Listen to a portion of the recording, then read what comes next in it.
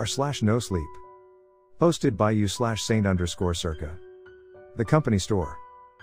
As I stared at the disheveled remnants of the large wooden structure in the deepest reaches of the West Virginia wilderness, I felt the strong and reassuring grip of my father's hand on my shoulder. Minin' folk who used to live here would buy everything they needed from this here place. They called it the company store.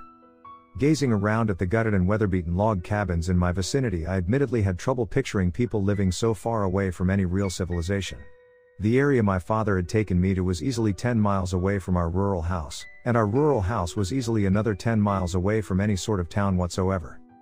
Why did they decide to mine this far away from everybody else? What if someone got hurt? Reckon they had a doctor for situations like that. My father replied as he stared at the ruined cabins, and giant sprawling trees and foliage that grew amidst them with a strange glimmer in his deep green eyes.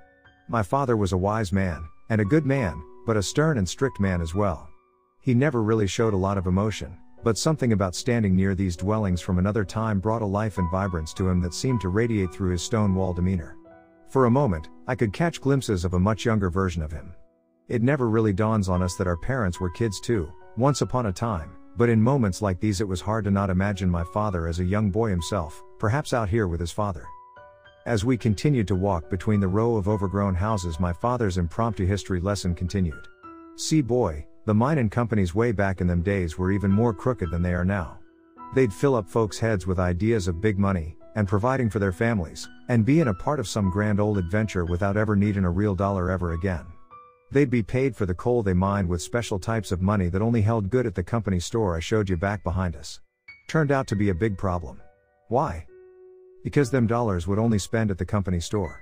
If you needed something the store didn't have, you were shit out of luck, and the company store ain't gonna pay you to up and leave if you're sick of minin' neither. Is that why nobody's living here anymore? I asked as we approached the mouth of an old mining shaft. The black and endless tunnel framed with rotting wooden pallets seemed almost misplaced in comparison to the endless greens around it. The pitch-black void beyond it seemed to spark my most intense sense of curiosity, while somehow alarming every bone in my body with an ominous and foreboding sense of danger. What could possibly be down there? I asked myself as I stared almost transfixed at the man-made abyss before me. The darkness seemed to suck the warmth out of the air. Deep chills followed by goosebumps raced up my arms as the mouth of the tunnel attempted to suck the life out of anything that wandered near it. Sort of, my father responded, his nostalgic demeanor gone now. Folks in this town dug too deep. Bled the mountain dry. Once they ran out of coal, they started running out of money too, and then a bad winter came. So, they left?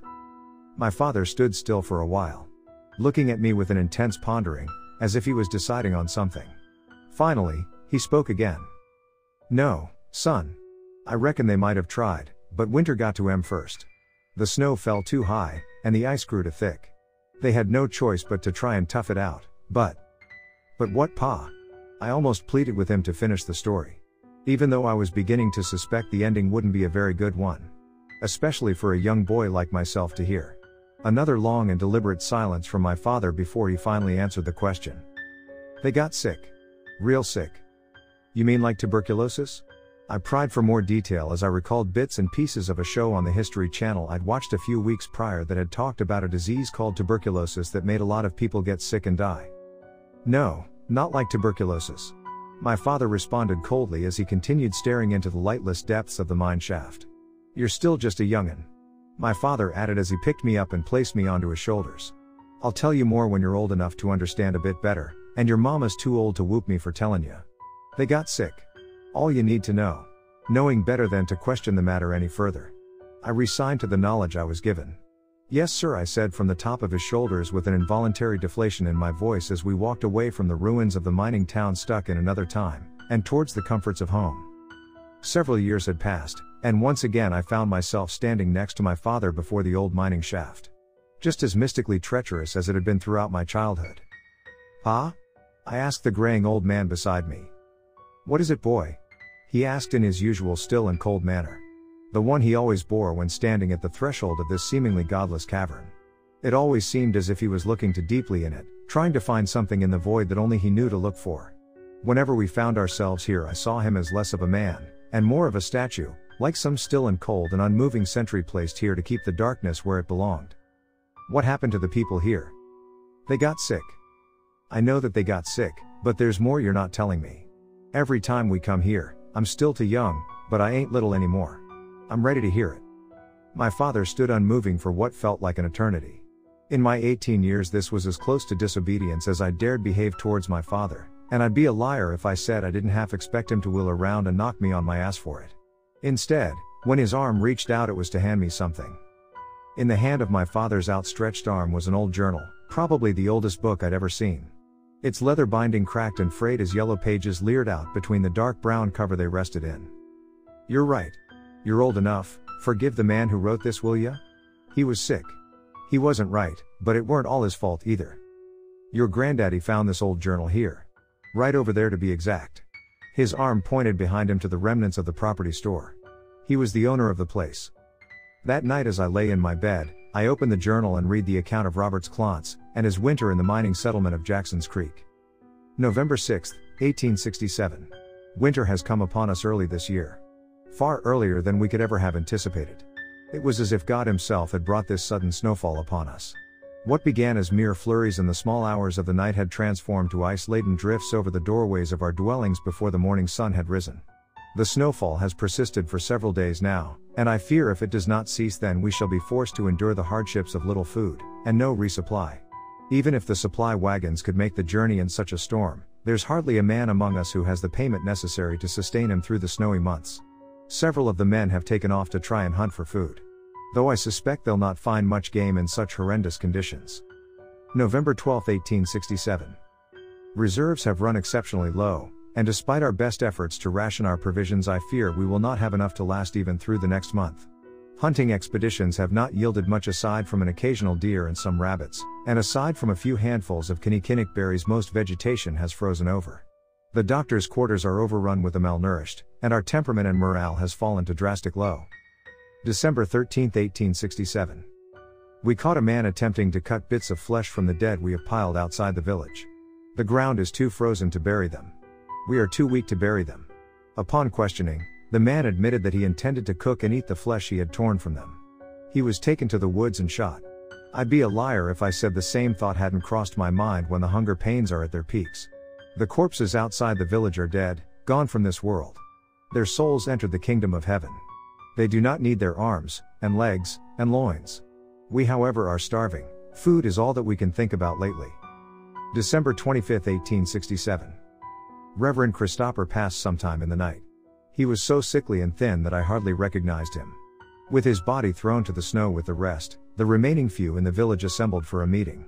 Dark matters were discussed there, things that I would never imagine talking about under any other pretense or scenario, but after hours of weak arguments and deliberations it has been decided that the deceased will be harvested and eaten if we are to survive the winter.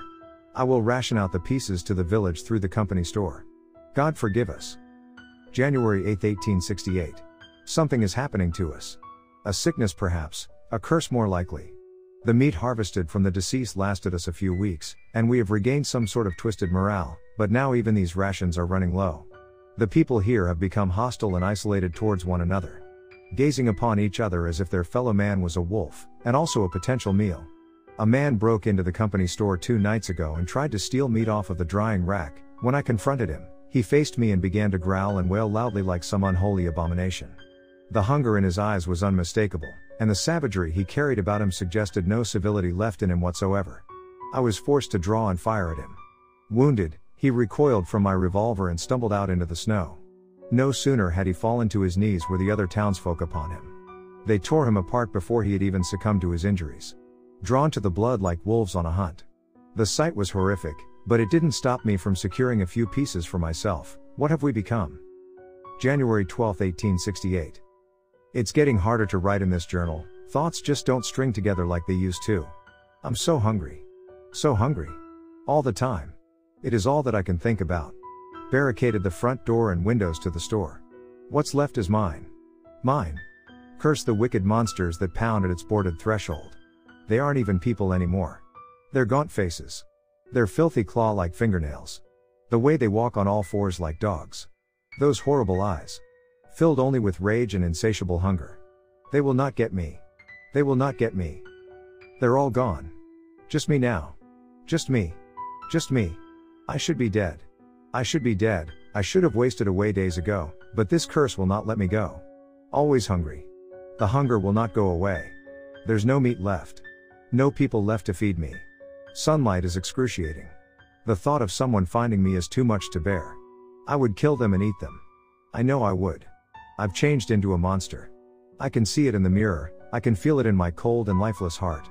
I was so hungry that I ate my soul. No men left here in the village. I can't bear the hunger, I can't bear the misery and silence of the empty houses. I will go into the mine and hide there for as long as I can. I do not deserve the company of nature, and the warmth of the sun's light. Only darkness will suit me now. So hungry. So hungry. I couldn't believe what I was reading. All the years my father had gone to the village, he seemed to go straight past the houses and towards the mouth of the mine. It was now that I understood what he was doing there, why he would get so solemn so fast. Why I would get the horrible feelings I felt when I gazed into the pitch blackness of it.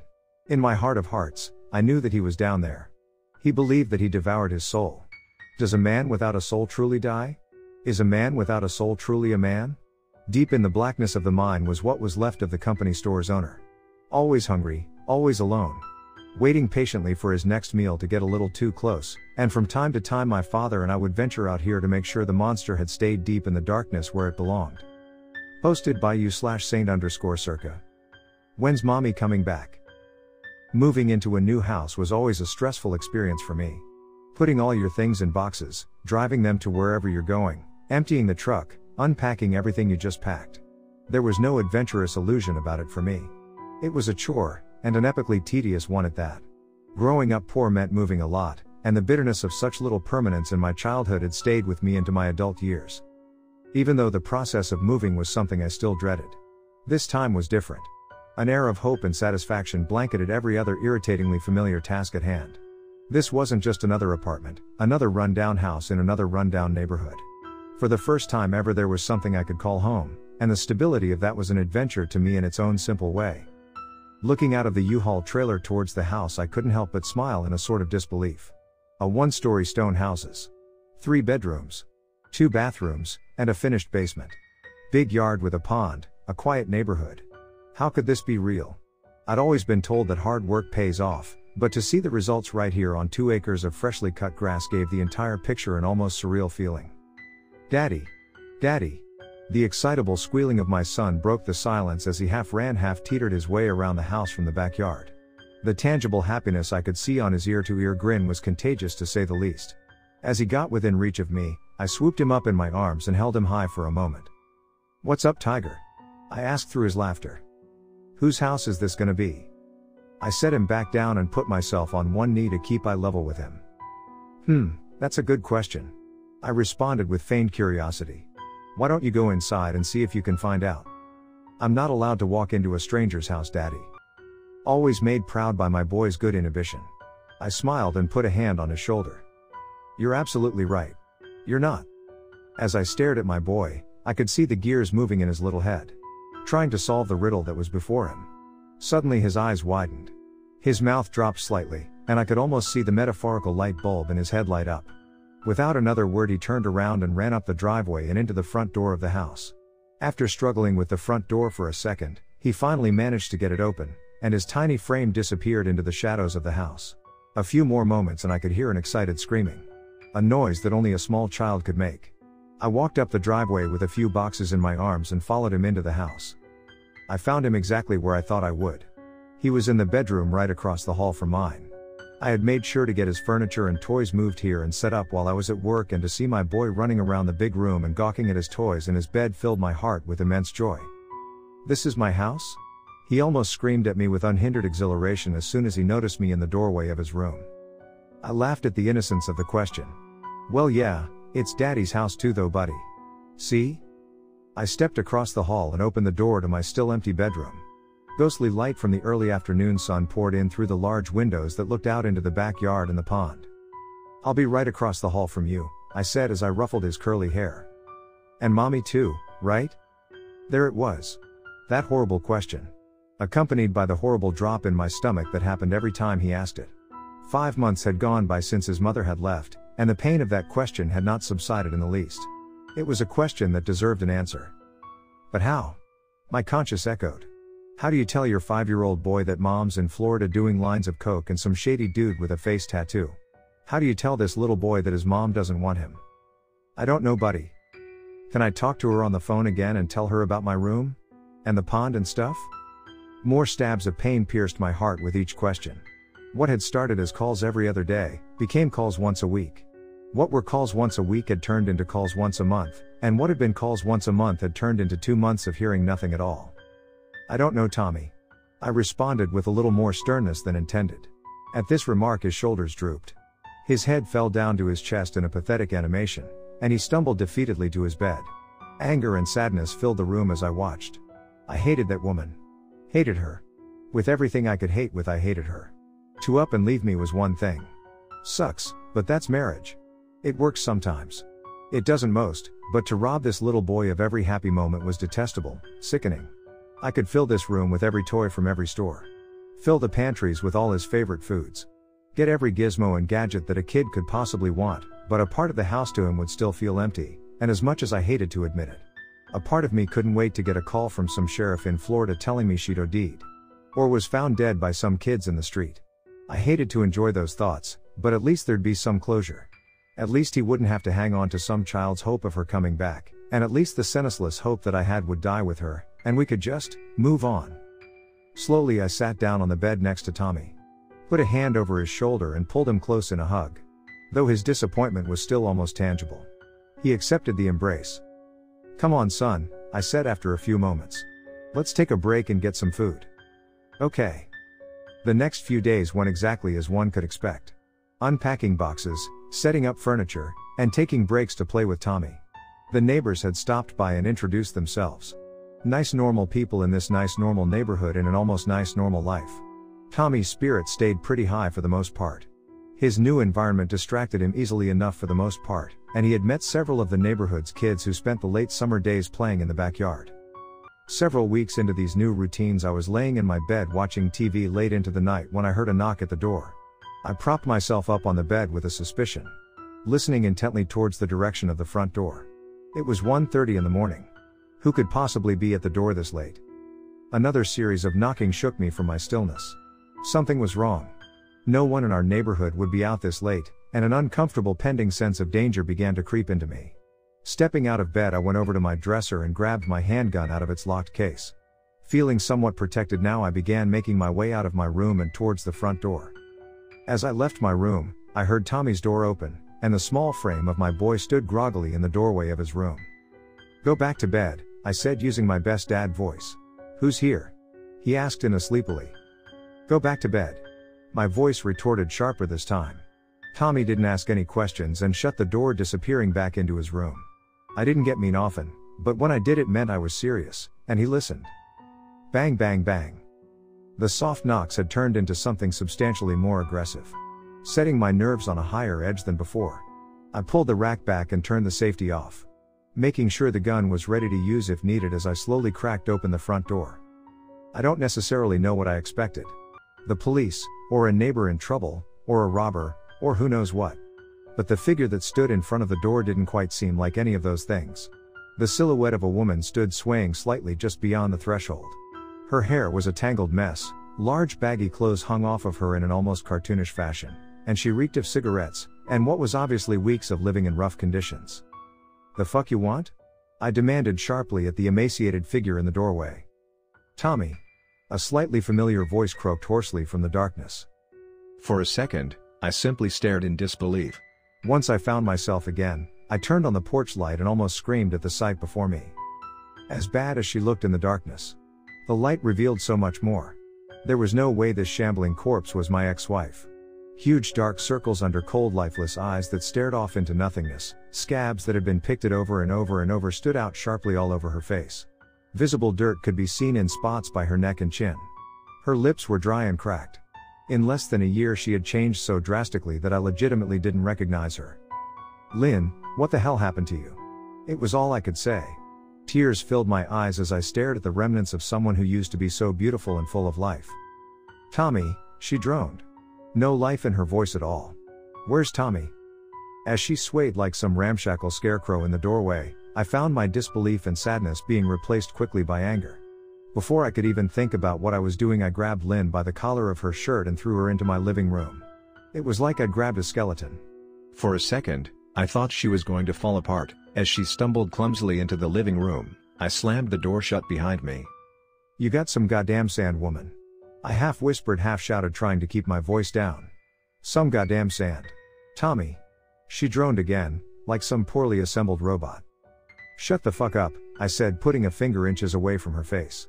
"That boy has asked about you every day. Every day. And you're going to come back looking like something out of the fucking Walking Dead asking to see him? Did you leave your goddamn brain down there in Florida?" Lynn didn't respond.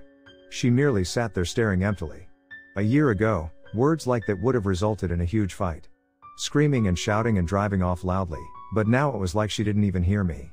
Just staring off into space. "Jesus, what happened to you out there?" I asked. Anger slowly being replaced with a strange pity for the lifeless thing standing across from me. "How did you even find us?"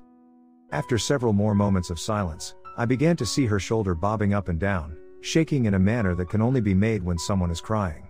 Even though she was still mostly quiet, I could faintly hear sharp inhales of breath as she wept in the darkness. The anger I'd had was gone. At least for the moment. She may be wildly different now, but she was still Tommy's mom. She may have been gone for a long time, but at least she hadn't completely written him off. Yeah, she might only be here because every other resource had been exhausted, but she was here, and in a strange way it counted for something. I turned the safety back on my pistol and placed it gingerly on an end table beside the door. Approached Lynn slowly and put my hands on her two skinny shoulders. "Look," I said with as much empathy as I could muster. "You can't see him looking like this. Sit down, I'll get you some clothes, you're going to take a shower. Eat a fucking sandwich, and then we can talk about where you can stay and when you can see him. Alright?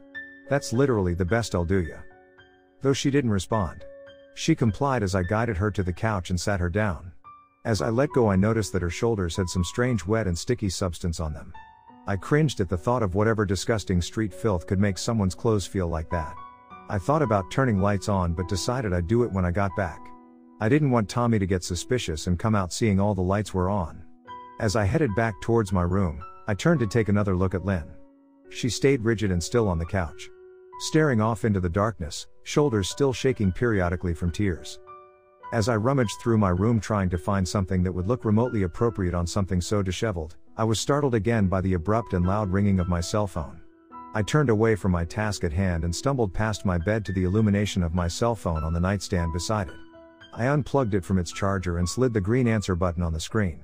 "Hello?" I asked with an air of caution I couldn't hide. "Hi, this is Officer Andrew Elise with the Miami-Dade County Police." A professional, pseudo-militaristic voice echoed through the phone into my ear. "There isn't any easy way to say this to you. So, I'm just going to say it. Your wife is dead, sir. I'm sorry. She was found this morning by a couple of kids. We're still waiting on the coroner's report, but by the looks of T." I dropped my phone onto the floor and began sprinting through the house back into the living room. Flipping on every light as I went. No longer concerned about keeping my boy asleep and unworried. As I barreled my way into the room where I had left Lynn and flipped on the light, I gasped in horror at the sight of the empty room. A large red spot on the couch where I had left her. The front door was wide open. Wind breezed into the house like a ghostly omen. "Tommy," I shouted down the hall. The lack of response began to fill me with an indescribable dread. "Tommy," I shouted as loudly as I could as I sprinted down the hall to his room. I threw open the door, turned on the lights, and screamed with anguish into the empty bedroom.